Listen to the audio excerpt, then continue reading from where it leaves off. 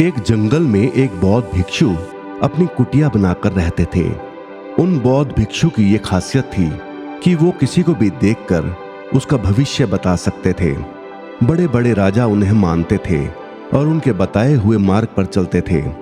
उस जंगल के बीचों बीच से एक नदी गुजरती थी और उन बौद्ध भिक्षु की कुटिया उस नदी के किनारे पर थी। बहुत शांत वातावरण था।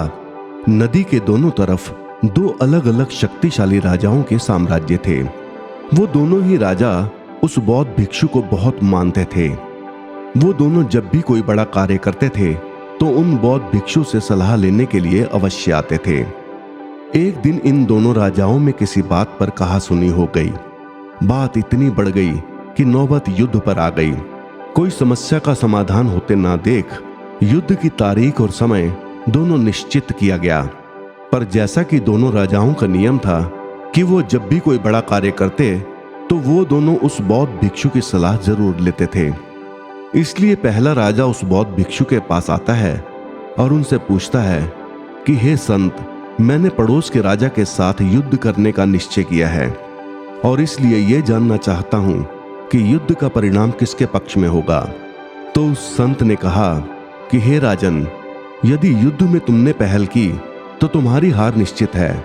फिर वो राजा उस बौद्ध भिक्षु से पूछता है कि क्या मेरे जीतने का कोई भी उपाय नहीं है।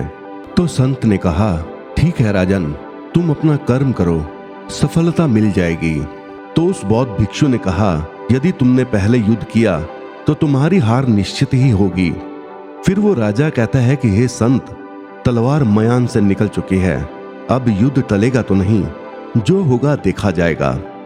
फिर वो राजा उसी समय वहां से चला जाता है और अपनी सेना से जी तोड़ मेहनत करने के लिए कहता है। सभी सैनिक राजा की आज्ञा मानकर जी तोड़ मेहनत करने के लिए लग जाते हैं। दूसरे दिन दूसरा राजा उस बौद्ध भिक्षु के पास आता है और उनसे पूछता है कि हे संत, मैं पड़ोस के राजा के साथ युद्ध करने के लिए जा रहा हूं, इसलिए मैं इस युद्ध का परिणाम जानना चाहता हूं कि युद्ध किसके पक्ष में रहेगा। तो उस संत ने उस राजा की ओर देखा और मुस्कुराते हुए बोले कि निस्संदेह जीत तुम्हारी है और उस राजा के पास तुम्हें हराने का कोई उपाय नहीं है। तब संत ने दूसरे राजा को भी यही कहा कि अपना कर्म करो, सफलता अवश्य मिलेगी, तुम्हारी जीत अवश्य होगी। उस संत की बात सुनकर वो राजा बहुत ही ज्यादा खुश हो जाता है और सीधा जाकर अपनी सेना को ये खुशखबरी सुनाता है कि युद्ध में उनकी जीत पक्की है। ये बात सुनकर उस राजा के सैनिक भी बहुत खुश हो जाते हैं और युद्ध की तैयारियों में लग जाते हैं। समय बीतता जाता है और युद्ध का दिन भी आ जाता है। रणभेरियां बजने लगती हैं और युद्ध शुरू हो जाता है। दोनों सेनाएं एक दूसरे के साथ भिड़ जाती हैं और मार काट मच जाती है। चारों ओर हाहाकार मच जाता है।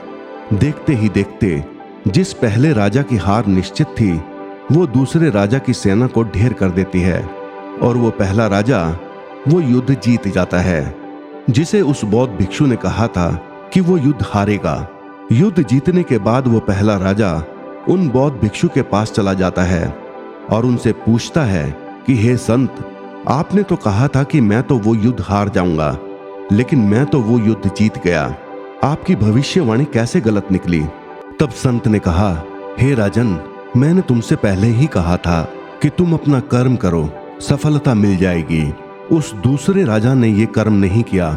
उसको जब ये मालूम हुआ कि वो युद्ध जीत जाएगा तो उसने मेहनत करना छोड़ दिया और सब कुछ भाग्य पर छोड़ दिया, इसीलिए उसकी हार हुई।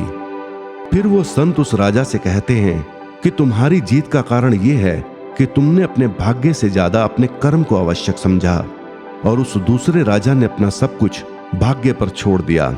उसने अपने कर्म से ज्यादा अपने भाग्य को आवश्यक समझा और वो निश्चिंतता से भरा रहा, जिसके कारण आज तुम विजयी हुए हो और वो तुम्हारा बंधक है।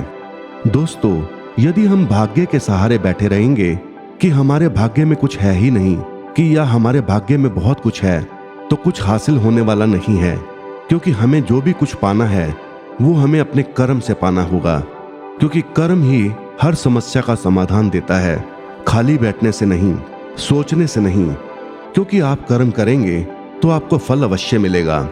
यदि आप आज कुछ नहीं करते हैं तो कुछ तो होगा ही, और वो आपका भाग्य है। और अगर आप आज अपनी बुद्धि का इस्तेमाल करके वो करते हैं जो आपको करना चाहिए, तो वो आपका कर्म है। तो ये आपके ऊपर है कि आपको कुछ करना है या अपने भाग्य के भरोसे बैठना है। दोस्तों, आपको ये कहानी कैसी लगी, कृपया कमेंट करके जरूर बताएं। यदि कहानी आपको अच्छी लगी हो तो कृपया चैनल को लाइक और सब्सक्राइब अवश्य कर दें। धन्यवाद।